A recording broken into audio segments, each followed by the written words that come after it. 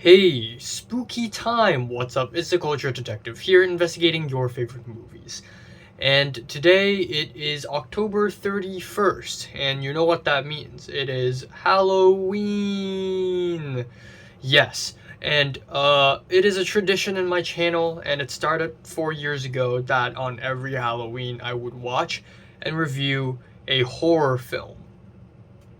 And today or more like last night, I decided to watch The Exorcist. And no, not the new Exorcist Believer. No, none of that stuff. The original Exorcist, released in the year 1973, directed by the late William Friedkin. Rest in peace. And yeah, whew, oh man, oh boy. The Exorcist is a film that I've been scared to watch for many years. I think 5 years, 6 years ago, I already knew about this film, and I think Watch Mojo, back when I was a kid and I still take their videos seriously, ranked this movie as the scariest movie ever. So I've always been like, okay, I need to be older. I need to be an adult when I watch this movie because I probably can't handle it if I'm too young or something.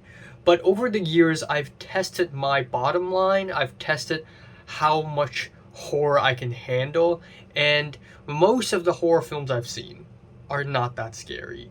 But there are a couple horror films that actually scared me for, and I'm not talking about scary in an artistic way. No. I mean actually scared. Like, I'm watching it on my laptop, I have to turn on the light and exit full screen, kind of scared. And those films are Hereditary, Shudder, and the original Ring. Now, aside from that, it's also a tradition that I would watch this movie alone, very late at night, all by myself.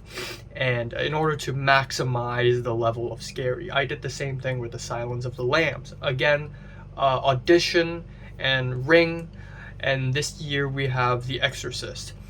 And damn, that was an experience indeed. Watching it from 2 a.m. to 4 a.m. This morning, but I consider it last night, is truly an experience, and it made the movie a lot more scarier for me for no particular reason whatsoever. Now, The Exorcist, if you still don't know what it's about, is about a girl that is possessed by the devil, and the exorcist, aka the priest, has to come to the house and to exorcise the demon, and the power of Christ compels you, and then the devil comes out.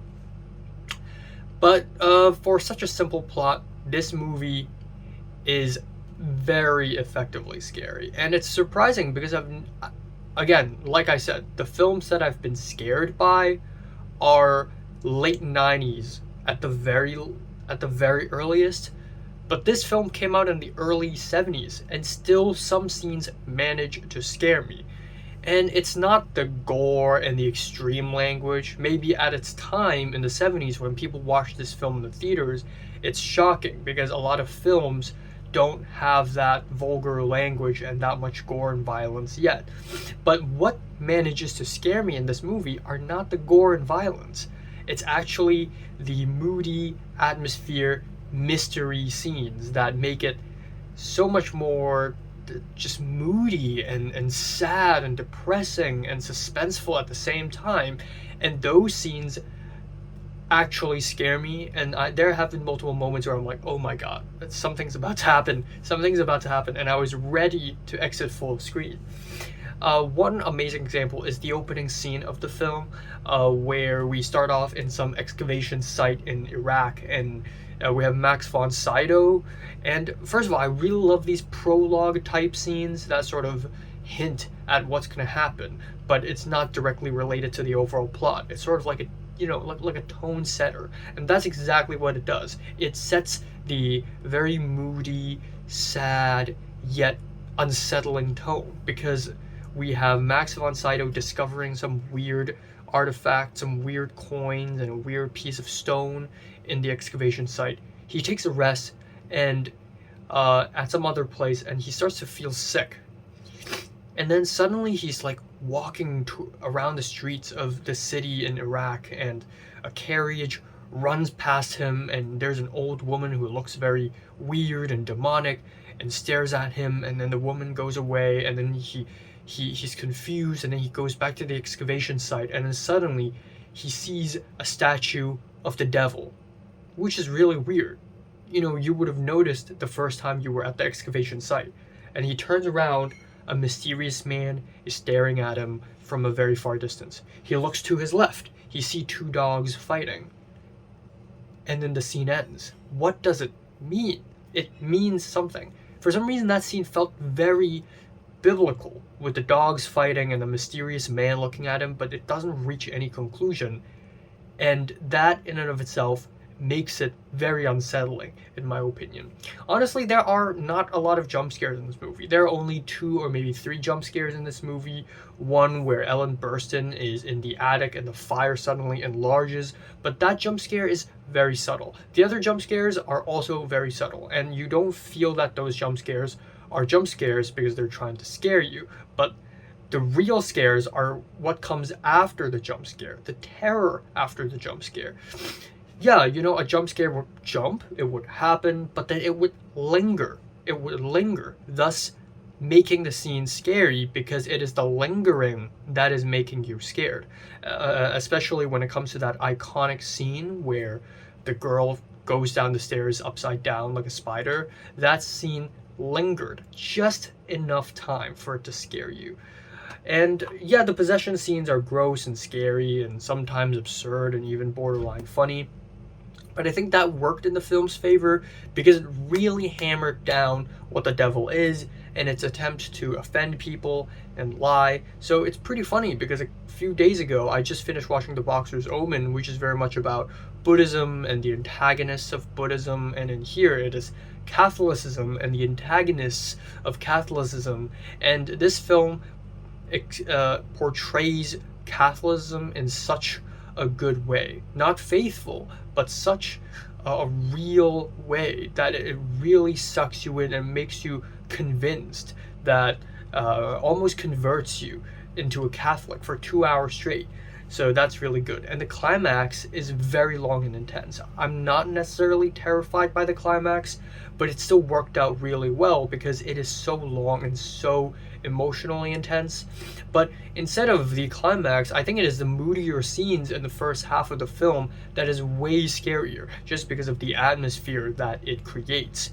And some of my favorite subtle scares in the movie, by the way, is just a random priest placing some flowers inside the church.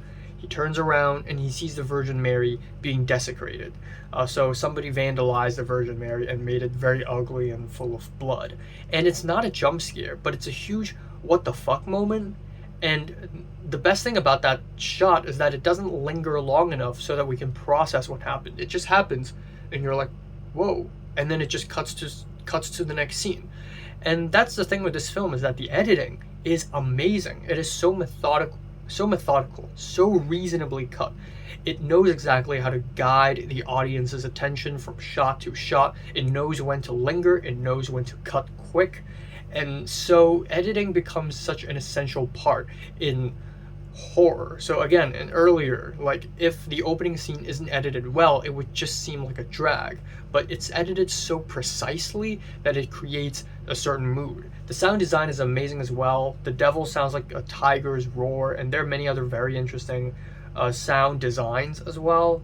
The score is very minimal. There's a dream scene where a priest, one of the main characters, had a dream where he sees his mom going up the subway and going down, but usually that isn't scary until an image of the devil flash for a screen for like 2 milliseconds, and then the mother quietly descends down the stairs on the subway train, which normally it wouldn't feel scary, but there's something about the slow, peaceful, quiet movement of going down the stairs to a subway train that makes it so creepy. And I just love how realistic this film tries to be. A lot of horror pre-70s also try to be wild and fantastical, but this film knows that the scariest stories always feel realistic because they they can take place in real life, and that's the scary element. You know, if it's too fantastical, then hey, it's just a movie. But if it's realistic, it's like, oh my god, it may actually happen to me. The performances are amazing, by the way. Linda Blair as the possessed girl is award worthy. Max von Sydow struggles with faith again in his career, so that's crazy. Ellen Burstyn is amazing as the mother, and overall the film is amazing, and once again, one of the best horror films I've ever seen, and quickly joined the top 100 favorite films I've seen of all times. I'm giving The Exorcist a decent 9 out of 10. So, have you watched The Exorcist? Comments below, let me know. Subscribe if you want more, and thanks for watching.